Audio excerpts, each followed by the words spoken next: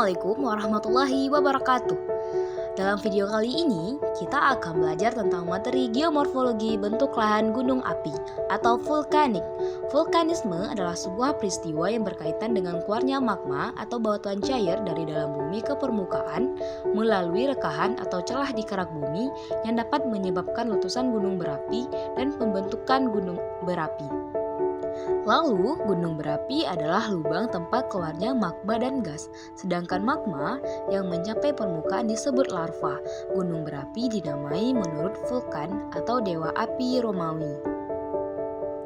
Vulkanisme secara langsung menciptakan dan merusak bentuk lahan, dan secara tidak langsung memberikan usia bagi permukaan tanah tempat material yang meletus berada dan sukses tempat material tersebut disisipkan. Bentuk lahan vulkanik berbeda dengan jenis bentuk lahan lainnya, dihasilkan dari gaya konstruktif dan destruktif yang hampir bersamaan.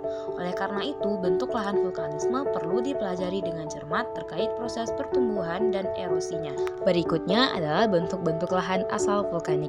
Bentuk-bentuk ini meliputi yang pertama kepundan. Kepundan merupakan lubang atau kawah gunung api yang merupakan tempat keluarnya larva dari perut bumi. Yang kedua adalah kerucut gunung api. Kerucut gunung api merupakan bagian dari tubuh gunung api paling atas. Kerucut gunung api memiliki lereng yang sangat curam dan lembah yang dalam. Yang ketiga adalah lereng gunung api. Lereng terbentuk dari hasil endapan material erupsi secara bertahap. Proses materialnya secara gravitasi dan disebabkan oleh tenaga air. Yang keempat adalah kaki gunung api. Kaki gunung api dicirikan oleh lereng yang agak curam sampai agak landai. Yang kelima adalah dataran kaki gunung api. Dataran kaki gunung api merupakan suatu bentuk lahan yang bercirikan lebih datar jika dibandingkan dengan kaki gunung api dan memiliki kemiringan lereng dari agak landai sampai landai. Yang keenam adalah dataran fluvial gunung api. Dataran fluvial gunung api bercirikan memiliki topografi datar dan terbentuk dari proses fluvial. Yang ketujuh adalah padang lava. Satuan bentuk lahan padang lava merupakan wilayah endapan lava dari aktivitas erupsi gunung api. Padang lava umumnya terdapat pada lereng atas gunung api. Yang kedelapan adalah padang lahar. Satuan bentuk lahan padang lava memiliki ciri yang hampir sama dengan padang lava.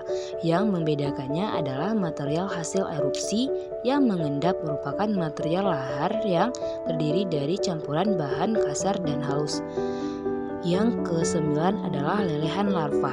Bentuk lahan yang sering dijumpai pada tubuh gunung api merupakan bentuk lahan lelehan larva. Bentuk lahan lelehan larva terbentuk dari proses letusan yang bersifat efusif dan memiliki relief yang kasar dengan lereng yang terjal.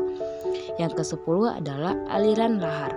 Aliran lahar merupakan proses turunnya material piroklastik yang terdapat pada lereng atas. Yang ke-11 adalah dataran antar gunung api. Dataran antar gunung api merupakan dataran yang terbentuk dari dua atau lebih gunung api. Yang ke-12 adalah dataran tinggi larva. Bentuk lahan dengan tinggi larva terbentuk dari magma yang keluar dari dalam bumi yang bersifat sangat encer sehingga magma yang keluar menyerap dan membentuk hamparan larva yang luas. Yang ke-13 adalah planeza.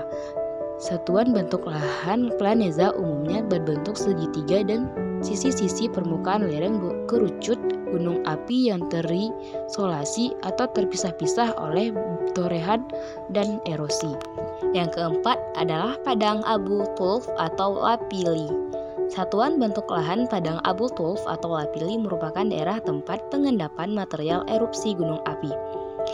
Yang ke-15 adalah solvatar. Solvatar sangat mudah dikenali karena udara di sekitar solvatar sangat khas. Udara di sekitar berbau gas oksigen belerang karena solvatar merupakan fumarol yang mengeluarkan gas-gas oksigen belerang atau H2S. Yang ke-16 adalah fumarol. Fumarol terdapat di sepanjang retakan kecil maupun retakan panjang di permukaan aliran larva serta di endapan aliran piroklastik yang tebal.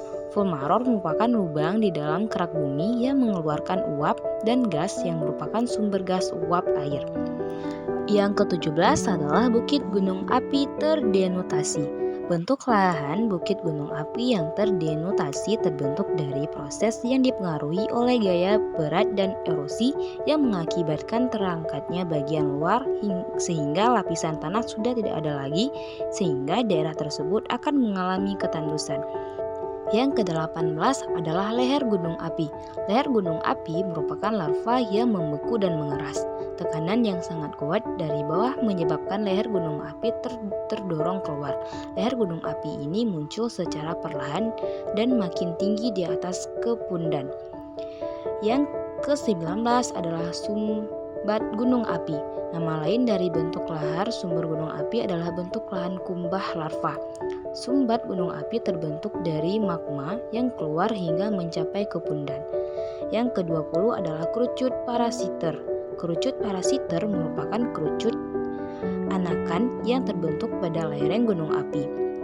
Yang ke-21 adalah boka. Boka terbentuk dari proses aktivitas magma yang keluar ke permukaan bumi, tetapi tidak membentuk kepundan. Contohnya Gunung Titar dan Gunung Batok. Yang ke-22 adalah dike. Dike terbentuk akibat proses dari magma yang menerobos serta batuan sedimen dengan bentuk dinding-dinding magma yang membeku di bawah kulit bumi karena erosi batuan di sekitarnya. Yang terakhir atau yang ke-23, baranko. Baranko terbentuk dari hasil depresi pada puncak vulkanik. Terbentuknya baranko merupakan akibat dari proses pengikisan yang lebih intensif dari daerah kiri kanan karena materialnya piroklastik sedangkan di sekitarnya merupakan aliran larva. Ini materi mengenai geomorfologi lahan bentuk vulkanik pada gunung berapi. Terima kasih bagi yang sudah menonton video ini. Sampai jumpa pada video selanjutnya. Wassalamualaikum warahmatullahi wabarakatuh.